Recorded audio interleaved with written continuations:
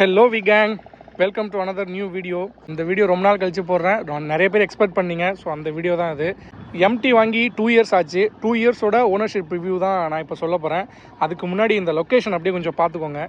இது என்ன லொக்கேஷன்னு யாராவது கமெண்ட்டில் கெஸ் பண்ணுங்கள். ஸோ நிறைய பேருக்கு இந்த லொக்கேஷன் தெரிஞ்சிருக்கும். தெரியாதவங்க என்ன லொக்கேஷன்றதை கமெண்ட் பண்ணுங்கள். செம்மையாக இருக்குல்ல. ஸோ ஃபர்ஸ்ட் நான் வண்டியில் இது நல்லா இல்லை அப்படின்றத சொல்லிடுறேன். அதுக்கப்புறம் இது நல்லா இருக்குது அப்படின்றத நான் சொல்கிறேன். ஃபஸ்ட்டு எனக்கு வண்டியில் பிடிக்காதது ஒன்று அப்படின்னு பார்த்தீங்கன்னா வண்டியோட பில்ட் குவாலிட்டி. இந்த யூஸ் பண்ணியிருக்கிற பிளாஸ்டிக்கு, அப்புறம் அதில் யூஸ் பண்ணியிருக்க அந்த ஸ்டீல் மெட்டல்ஸ், அதோட குவாலிட்டியெல்லாம் இன்னும் கொஞ்சம் கூட நல்லா பண்ணியிருக்கலாம் அப்படின்னு தான் தோணுச்சு. 2 இயர்ஸில் நான் பார்த்த வரைக்கும் அதுதான் மெயின் பிரச்சனை. வண்டி நீங்கள் புதுசாக வாங்கின உடனே நீங்கள் ஃபேஸ் பண்ணுற பிரச்சனை என்ன அப்படின்னு பார்த்தீங்கன்னா, இந்த டிஸ்க் இருக்குது பார்த்தீங்களா, இது சீக்கிரமாகவே துருப்பிடிச்சிடும். வித்தின் ஃபஸ்ட்டு சர்வீஸ்லேயே இந்த டிஸ்க் துருப்பிடிச்சிடும்.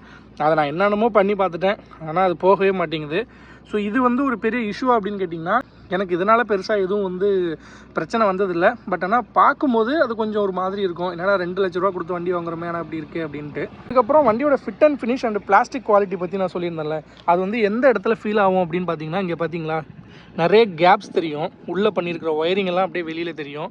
ஸோ இந்த இடத்துல இந்த வெல்டு பண்ணது, ஸோ இந்த இது அந்த உள்ளே தெரிகிற ஒயரு, ஸோ அந்த சீட்டிங், இந்த சீட் உட்கார்ற இடம், அது ஹை ஆர்பிஎம்மில் ரெவ் பண்ணும்போது ஸோ இந்த இடம்லாம் பயங்கரமாக வைப்ரேஷன் ஆகும்.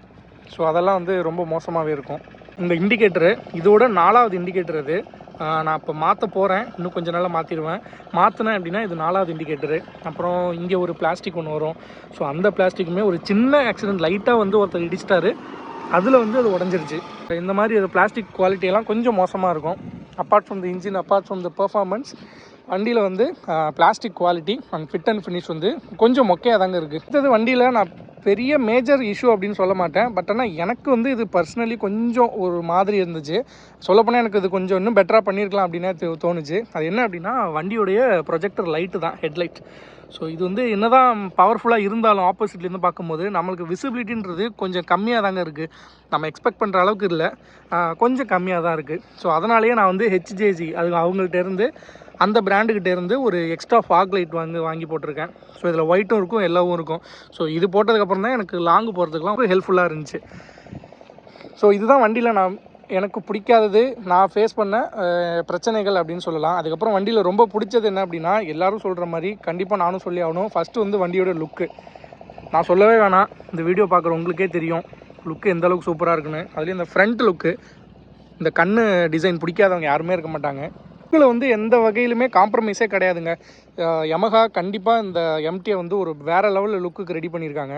அதுலேயும் இந்த ஃப்ரண்ட் டிசைன் இருக்குது. அப்பா, இந்த ஃப்ரண்ட் டிசைனுக்காகவே இந்த வண்டியை வாங்கலாம் அப்படின்ற மாதிரி இருந்துச்சு எனக்கு. ஸோ லுக் வைஸு ரொம்பவே சூப்பராக இருக்கும். ரோட் ப்ரெசன்ஸ்லாம் பக்காவாக இருக்கும். அதுவும் இந்த கலர் காம்பினேஷன்லாம் பாருங்களேன். வீலோட அலாய் ஆரஞ்சு கலரு, இங்கே அந்த சஸ்பென்ஷன் கோல்டு கலரு, ஸோ பின்னாடியும் முன்னாடியும். ஸோ இந்த கலர் காம்பினேஷன் ரோட் ப்ரெசன்ஸ் பயங்கரமாக க்ரியேட் பண்ணும். கண்டிப்பாக ஒரு 10 பேர் இருக்காங்கன்னா 2 பேராச்சும் உங்கள் பைக்கை கண்டிப்பாக பார்த்துருவாங்க. அந்த அளவுக்கு ரோட் ப்ரெசன்ஸ் பயங்கரமாக க்ரியேட் பண்ணும் நம்ம MT-15. அதுக்கப்புறம் கண்டிப்பாக நான் சொல்லி ஆகணும், என்ன தான் எல்லோரும் சொல்லியிருந்தாலும் நானும் கண்டிப்பாக சொல்லி ஆகணும், வண்டியுடைய இன்ஜின் தாங்க. 155 சிசி தான். பட் ஆனால் இது 200 சிசி பைக்கோட காம்படிட்டர் பண்ணும். இதோட காம்படிட்டர் NS200. டேரெக்டாகவே சொல்ல போகிறேன்னா NS200 தான் இதோட மெயின் காம்படிட்டர். ஸோ அதை இதை கம்பீட் பண்ணும். ஸோ ஒரு 155 சிசி ஒரு 200 சிசி கூட கம்பீட் பண்ணுது அப்படின்னா அது ஒரு பெரிய விஷயம்னு என்ன சொல்லணும். ஏன்னா இந்த வண்டி 155 சிசியாக இருந்தாலும் இந்த வண்டி ப்ரொடியூஸ் பண்ணுற பவர் பார்த்தீங்கன்னா 18 பிஹெச்பி ப்ரொடியூஸ் பண்ணும், 40 நியூட்டன் மீட்டர் டார்க் ப்ரொடியூஸ் பண்ணும், அதுவும் 7500 RPMல. இந்த வண்டியில் பார்த்தீங்கன்னா VVA அப்படின்ற ஒரு ஆப்ஷன் இருக்கும். இது R15 V3 R15 V4லையுமே இருக்கும். அது என்ன அப்படின்னா, நிறைய பேருக்கு தெரிஞ்சிருக்கும், தெரியாதவங்களுக்கு நான் சொல்கிறேன். Variable valve activation. ஸோ இது என்ன பண்ணும் அப்படின்னு பார்த்தீங்கன்னா, நீங்கள் எக்கனாமியில் ஓட்டும் போது, அதாவது ஹை ஆர்பிஎம்மில் ரெவ் பண்ணாமல் லோ ரேஞ்சில் ஓட்டுறீங்க அப்படின்னா உங்களுக்கு நல்ல மைலேஜையும், நீங்கள் நல்லா வெரைட்டி ஓட்டும் போது நல்ல பவரையும் ப்ரொடியூஸ் பண்ணும். அதுக்கேற்ற மாதிரி இன்ஜின் தன்னை மாற்றிக்கும். ஸோ அதுதான் இந்த VVA அப்படின்றது. வண்டியில் பவர் சூப்பராக இருக்குது. அதை தாங்க நான் சொல்ல வரேன். VVA இருக்கிறதுனால நம்ம மைலேஜையும் எதிர்பார்க்கலாம், அட் த சேம் டைம் பர்ஃபார்மன்ஸும் எதிர்பார்க்கலாம். ஸோ இந்த 2 இயர்ஸில் எனக்கு இன்ஜின் ப்ராப்ளம்னு எதுவும் பெருசாக வந்ததே கிடையாது. நான் இன்ஜினில் கையை வைக்கவே கிடையாது. ஸோ எனக்கு இன்ஜினில் எந்த பிரச்சனையுமே வரலை.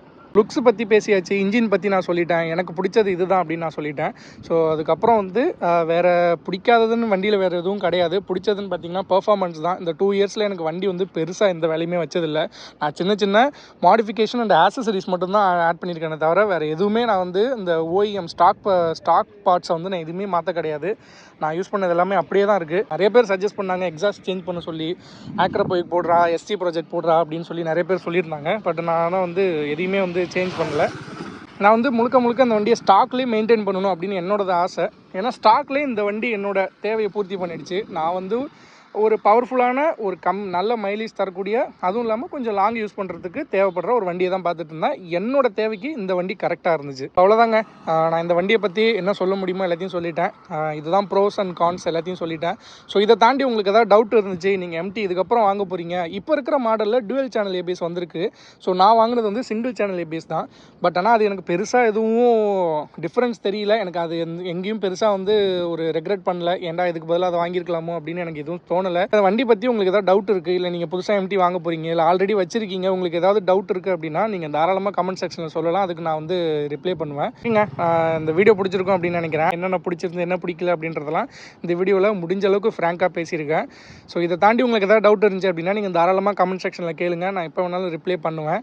ஸோ அதுக்கு முன்னாடி வண்டியோடைய எக்ஸாஸ்ட் நோட் வந்து இன்ஜின் சவுண்டு வந்து ஒரு தடவை கேட்டுருவோமா?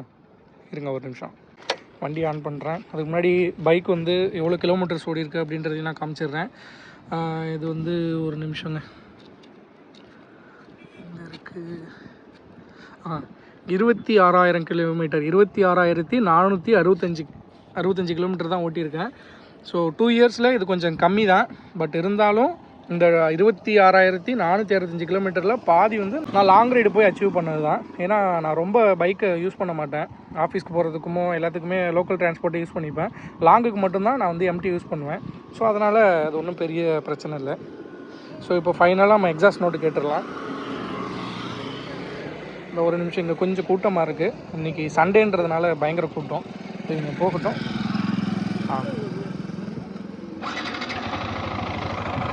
இதுதாங்க ஐடியல் சவுண்டு. எனக்கு தெரிஞ்ச ஐடியலில் கொஞ்சம் இன்ஜின் நாய்ஸ் இருக்குது அப்படின்னு நான் நினைக்கிறேன்.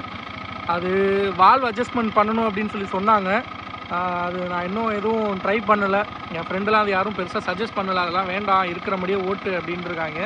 ஸோ அதனால் நான் பெருசாக எதுவும் பண்ணலை. இதுதான் ஐடியலு. இப்போ நான் ரிவ்யூ பண்ணி காட்டுறேன். எக்ஸாஸ்ட் நோட்டு கேட்டுக்கோங்க.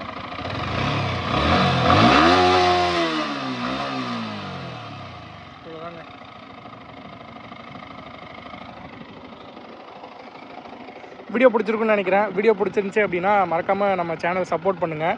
நம்ம நியர்லி 5K, இருங்க ஒரு நிமிஷம் வண்டி ஆஃப் பண்ணிக்கிறேன். நம்ம சேனல் நியர்லி 5K ரீச் பண்ணிட்டோம். Thanks to all. ஸோ இது மாதிரி நான் கண்டினியூஸாக அடுத்தடுத்து வீடியோ போட ட்ரை பண்ணுறேன். நிறைய பேர் கமெண்ட்டில் கேட்குறீங்க, புரியுது, ஏன் கண்டினியூஸாக வீடியோ போட மாட்டேறேன் அப்படின்ட்டு. ஸோ அது கொஞ்சம் பர்சனல் பிரச்சனைனால நான் போடுறதில்ல. ஸோ இதுக்கப்புறம் கண்டினியூஸாக நான் போட ட்ரை பண்ணுறேன். ஸோ இந்த வீடியோ பிடிச்சிருக்கோம் அப்படின்னு நினைக்கிறேன். நான் கொஞ்சம் அவசரம் தான் வீடியோ முடிக்கிறேன். வேறு வழி இல்லை, இப்போ டைமும் இல்லை, இருட்ட போகுது. உங்களுக்கு பார்த்தாலே தெரியும் நம்ம வந்தப்போ இப்படி இருந்துச்சு, இப்போ எப்படி இருக்குது அப்படின்னு. ஸோ உங்களுக்கு வேறு ஏதாவது டவுட் இருந்துச்சு அப்படின்னா நீங்கள் தாராளமாக கமெண்ட் செக்ஷனில் கேளுங்க, நான் அதுக்கு ரிப்ளை பண்ணுறேன். ஓகேங்களா? இதோட இந்த வீடியோ முடிச்சுக்கிறேன். Until then, bye from Vignesh. Thank you.